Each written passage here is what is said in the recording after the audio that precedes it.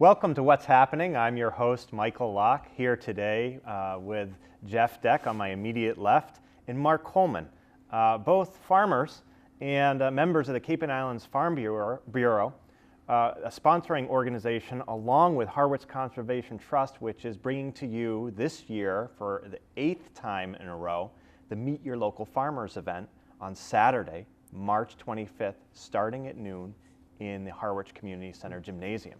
Terrific event. Gentlemen, thank you for being here this morning. Oh, thank you for having us. Thank you for having us. Yes. So this Meet Your Local Farmers event, it's hard to believe that we're in our 8th year of both Harwich Conservation Trust and Cape and Islands Farm Bureau bringing together nearly 50 different farmers and farm-related organizations all under one roof.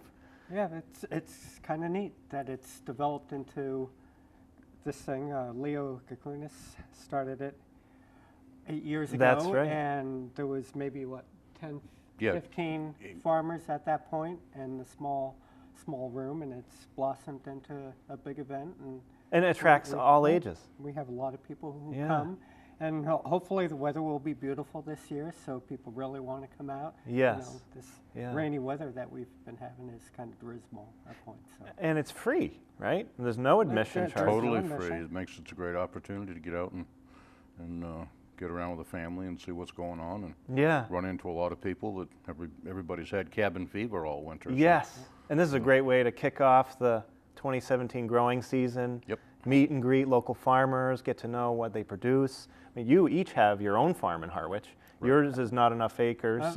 I'm the over in name. East Dennis. East Dennis, pardon me. By Yes. Sassuat Harbor.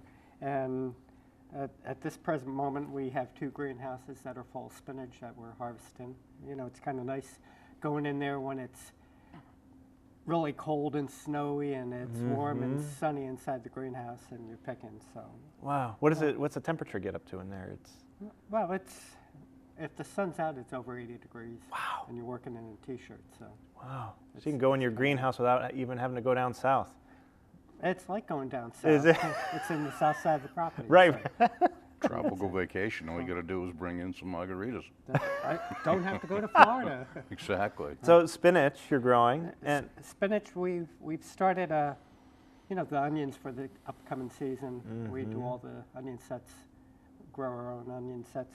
We grow, 30 different type of vegetables out in the fields. wow, right in East Dennis. Right in East Dennis. We have about 1.5 acres under cultivation at this point. We might increase the acreage a little bit. Okay. See Wow. what happens.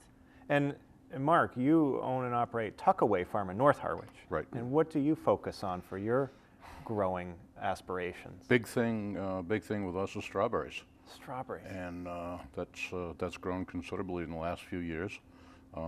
Production's been very good. We've been very fortunate, and we've got a good following. I got to tell you, recently I was in Florida for a couple of weeks, and I tried some fresh strawberries down there, and they honestly don't hold a candle to what we've got up here in the No Northeast. kidding. Yeah, I wonder why that is. Climate? different varieties. Different varieties. Well, they're probably truck strawberries too. You know, Yeah, they are. They're a different they're- variety totally, and They're grown to hold their exactly. shape and color and stuff, and not necessarily flavor. Oh, to grown to have a longer shelf life Right. versus a more robust flavor. Because Right. more flavor, more sugar you have in produce, the shorter the lifespan is. Exactly. Oh, very So, interesting. You know, Exactly. long keeping variety thing is the low sugar content. So. Oh, okay. So, I mean, it is amazing from a taste perspective, whether you have fresh grown strawberries or spinach or any number of these different vegetables you're growing, it's just, It's night and day. It is really, night and between day. Yep. A fresh local product compared to something, I'm not knocking the supermarket. farms in Right.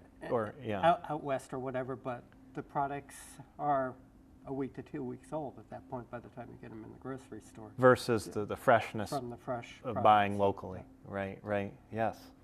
Not to mention the environmental benefit, less transportation, less fossil fuel use if you're buying locally, right? Yeah. That's true. Yes. Well, And it's good for the local economy in every aspect, too. good for the because local economy. All the money stays close to home. I mean, whether it's money that you paid out in labor or at the gas station or a supply house, fertilizer, whatever it happens to be, every aspect of it. Right. You know, it just right. generates local upon local. It's very healthy. And that ties into the Meet Your Local Farmers event on March 25th because it is bringing all the local farmers and farm-related organizations. It's not just, you know, we're not just farmers growing produce on the Cape. The good percentage of the farms on the Cape are the horse people. Oh, right. Oh, You know, good so, to mention that dimension of local you know, farming and Mark is, livestock. Yeah. part of the Cape Equestrian or Cape Community Cape Community Equestrian Association. And that's a very large organization that's involved with the Farm Bureau too on the Cape. So like horseback riding and horseback lessons riding, and you know, so anybody yeah. who has 1 or 2 horses in their yard are usually members of the Farm Bureau. So you know, it's just not us people out there playing in the dirt. Right, So. right. And what other types of livestock would be affiliated with local farms? I hear a lot about chickens. Yeah, there's a lot of chickens.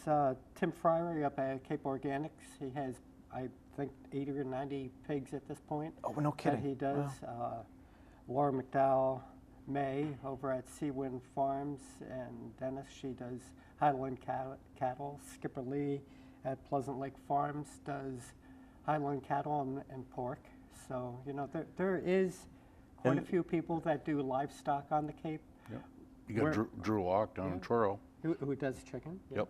And many of those will be represented on March 25th, Right. right? Yep. Yeah. Right. yeah. There's the verses of agriculture throughout Barnstable County are pretty extensive. I mean, you've got everything from aquaculture to cranberries and everything in between.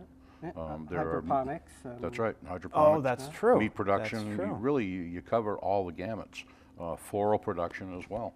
Oh, like cut flowers. Yep. Okay. Cut flowers and plants and so forth. So you've got all of those groups that are producing locally. So All under the farming umbrella, exactly. right Well, here on the Cape. Right here in Barnstable County. We're never going to feed the Cape completely, but we Do our part, though, right? Yeah. do offer some products Yes. to the Cape, to people who enjoy a fresh local product, whether we sell through CSAs or at our farm stands, farmers markets, Yep. or whatever. Right. There's the farmers markets too. Well, there's a number of farmers markets. I mean, they're spread out from, let's see, you got Falmouth, Sandwich, Harwich, Chatham, Wellfleet, Orleans, Wellfleet, Truro, and Right. Provincetown.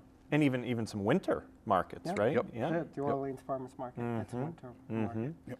That does very well for itself. So Now tell me about honey, because we hear about the pressures that bee populations are under, but honey is cultivated through Absolutely. honeybees and harvested and sold as well, right? Absolutely. we do our share of honey on the Cape. You know, we don't have huge amount of hives, but we do manage to keep some out. Do each of you You know, I produce have my local own honey? hives, No and kidding. we sell Yep, our we have our own. honey. We also sell honey from the co-op from Massachusetts because we just can't get enough. Yeah.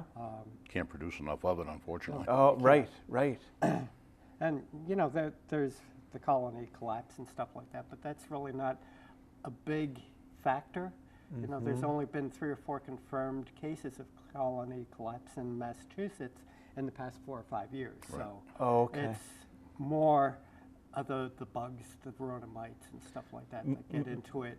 Into a hive. Into a hive, or yeah. they just starve or they freeze. Oh, okay. Yeah, beekeeping in and of itself is kind of a specialty thing, and you can be very, very involved. One of the facts is that the common honeybee is not native to North America. So what you can never lose sight of is there's a lot of natural pollinators away from the normal honeybee that everybody's aware of. They're absolutely important, but they're not on the train by themselves. Right. That's a good point. Butterflies, other That's right. insects, moths, Yep. perhaps even. In, Oh, pretty much everything that bounces from plant to plant, Right. as well as the air. Yes. So But they're the only guys that produce the honey that we That's a fact. that we love so much. Right. Yep. Right. Yeah, so Now, sometimes I see honey crystallizing. Yep. Now, what's going on there? And all honey will crystallize. after time. You know, Okay. if, But that if doesn't- it gets too cold, It's still fine, it right? doesn't affect the honey at all. You put your jar of honey in a pot of water on the stove and just heat it up very slowly, low heat, and it will come right back. Oh, and it'll be okay. perfectly good. So never put honey in a microwave. Nope. No, it just destroys everything. Keep it under 180 degrees. Oh, interesting. Okay. Never put it in a microwave To bring it back. bring it back to from the look like- crystallization. And Because it keep it under destroys- 180? Under 180. If you're going to heat up a baby bottle, I don't know if anybody does this anymore with glass baby bottles, but how they used to put a baby bottle in warm water on a stove. Yes. Heat up the honey the same way. Heat up honey the and it'll same way. bring it right back to You know, it to takes a purity little and bit of time, but Right. it, it's just the same. And I imagine the honey that is created by our local bee populations in hives on farms probably has subtle taste differences. Absolutely. Is that right? There's probably the best honey that we get on the Cape is right after the locust bloom. We Yeah. get this nice golden, light color honey that's just delightful Yeah.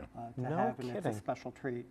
You know, if you don't catch it right away, then it starts turning darker because they start introducing other nectars and pollens and stuff into the Interesting. blends. When So, they're foraging. when they're foraging. that's Right. it. As the season progresses, they're going to branch out, and Yeah.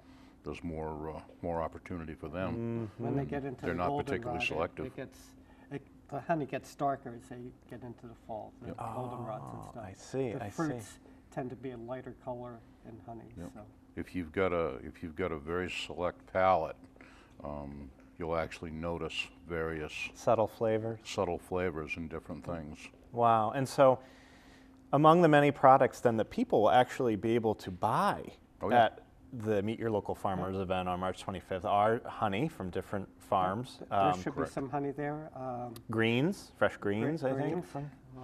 There will be flowers. Flowers, probably. yeah. Different meat products will be there.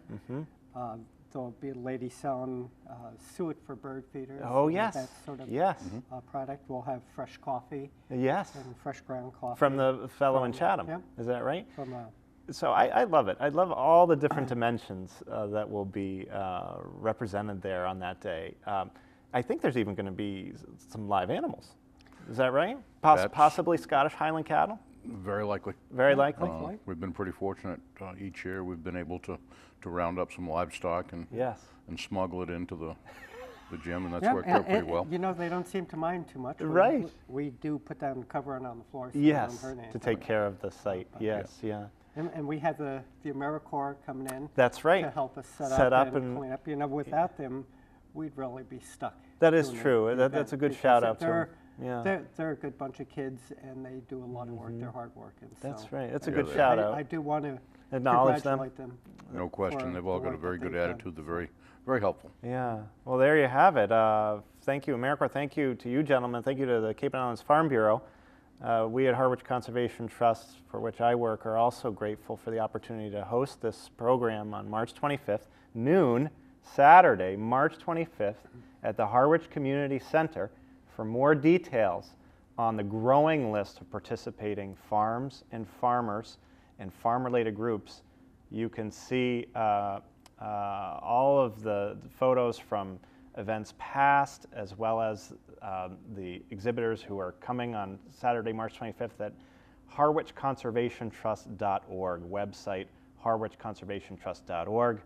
Noon, high noon, come on down to the Harwich Community Center Saturday, March 25th. Meet your local farmers. Thank you for watching What's Happening. Thank you.